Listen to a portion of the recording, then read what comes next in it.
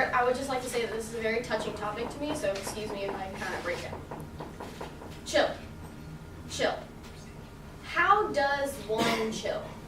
Well, my name is Jenny Hale, and I'm here to explain my story and how I came to answer this question.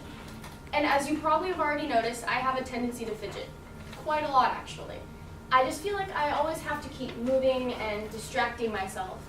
By sitting still and by not doing anything, I feel very vulnerable to bad energy, and I give my mind time to ponder upon stressful things. But above all of this, the main cause of my fidgeting is GAD, or Generalized Anxiety Disorder. Now, throughout the talk, you'll hear me refer to it as just anxiety, because nowadays everyone refers to every kind of panic as anxiety. Now, GAD is persistent and excessive panic over everyday things. It may lead your mind to overly stress about life, wealth, family, things that you should not be worrying about 24/7. And it affects 68 million people, or 3.1% of the US population in any given year. And women are twice as likely to be affected. Sorry, ladies. Now, the only way I can really describe anxiety is the feeling of seeing a ghost. Now, the ghost may not have actually been there, but your brain is in a state of panic due to the possibility that it could have been there. So pretty much, your brain is making problems and worrying about things that aren't actually there. And it's difficult to deal with on a daily basis. Yeah, okay. So GAD doesn't just come overnight. It's due to genetics, environmental factors, and changes in brain chemistry. Now, my GAD comes from my biggest fear, which is my fear of failure. I'm always nervous and anxious and stressing myself out, trying to be perfect and get as far away from failure as possible. Now, where did I get this fear? Well, growing up, I grew up in a pretty hectic family. My parents were divorced when I was very, very little, 2 years old. And my brother, sister, and I were always having to go back and forth from house to house, which seemed pretty normal to me. And I was always succeeding in everything that I did. I got the best grades, I did a lot of after-school activities, and I was just always succeeding. Now, my brother and sister, on the other hand, were the complete opposite. They got the worst grades, they were always in trouble, they lied, they stole. They were just not the kids that your parents would be proud to raise. And that was normal, that was my family. And it didn't really bug me much until a couple years ago when they decided to leave my dad's house for good and move fully into my mom's. Now, this took a huge toll on my dad. My dad felt as if he had failed as a father, and me, being pretty much the only kid he had left, was constantly trying to perfect everything I did to fill in the perfect child shoes for him. I wanted to be that perfect child for him because now I'm the only one he has. And so as I was stressing myself out, trying to perfect everything, I sat myself down and I realized that my dad wasn't setting the standard. I was.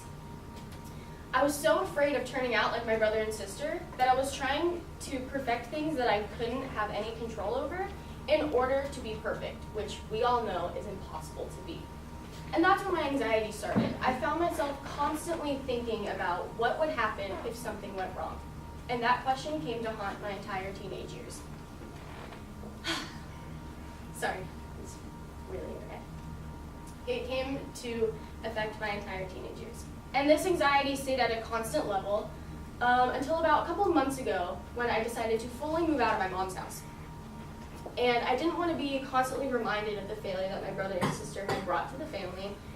And I just wanted to get away from all of the stress and try and achieve all of my goals. So I sat my mom down and I explained to her why exactly I was leaving, and I hoped that she wouldn't be mad. Well, she wasn't mad, but instead she called me selfish and told me that I was separating my family. Now, as you probably may have guessed, this only increased my anxiety dramatically. Now I found myself not focusing on schoolwork and just thinking about the problems that I was causing instead of fixing, which is the opposite of what I wanted to do. This caused me to have slight panic disorder. Now, panic disorder is the state of having recurrent, unexpected panic attacks, which are periods of intense fear. You can't speak, you can't think, and you have the energy to run 7 miles, but yet at the same time, your body is so tense that you can't move. It is the scariest feeling I have ever felt in my entire life, and I was getting these daily. The only way I can really relate it to anything is the feeling of sleep paralysis, where your mind is awake, but your body is still asleep. You want to move, but your body won't let you, and you just feel helpless. And again, I was having these panic attacks daily. So my stepmom finally saw that my panic attacks were becoming scary and she knew that it could affect my future. And so she decided to send me to a psychotherapist. Now, don't look at me like I'm insane because I only promise you I'm only a little. I sat down in her chair, and the minute I sat down, I instantly relieved of all of my stress, and I spilled out all of my story and my emotions, and I felt a weight instantly taken off of my shoulders. And she looked at me and she told me something I will probably, actually indefinitely never forget. She told me that I was the cause of my anxiety, and only I could stop it. She told me that I was the person who could stop the panic attacks, and I had the control over my own mind. And then I looked at her as if she was insane.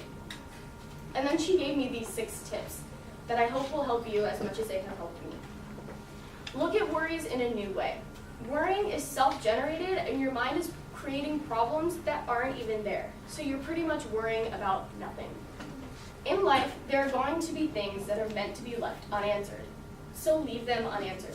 Stop focusing on the what ifs in life and focus on the why nots. Leave the unanswered questions unanswered. Learn to calm down quickly. By using the 5 senses, you can easily control your anxiety. For example, watch your favorite videos, or watch your favorite movie, or look at a family photo to calm yourself down. Smell fresh air, or flowers, or your favorite perfume. Eat dozens of your favorite food. And for example, the reason women eat chocolate so much is because we have 4 times the amount of stress that men do, and chocolate reduces stress hormones. You're welcome. Listen to your favorite music. Listen to your favorite music. Or go outside and just listen to the breeze. Or listen to absolutely nothing. Get comfortable. Get rid of all the constricting clothes you have on and get into nice, comfortable sweats and just lay in bed and completely relax. Get moving. Exercise reduces stress hormones and relieves tension. So by exercising for 30 minutes each day, you are easily capable of forgetting whatever it is you are stressing about. When you exercise and focus on the rhythm of your breathing and the way your muscles are moving, it is easy to forget whatever it is, again, you are stressing about. Adopt an anxiety-busting lifestyle. Sleep. The biggest one is sleep. When you have high levels of anxiety and you don't sleep, you are at higher risk of getting insomnia, which should only make your problems worse. So get your full 8 hours so you can prevent future issues. No caffeine.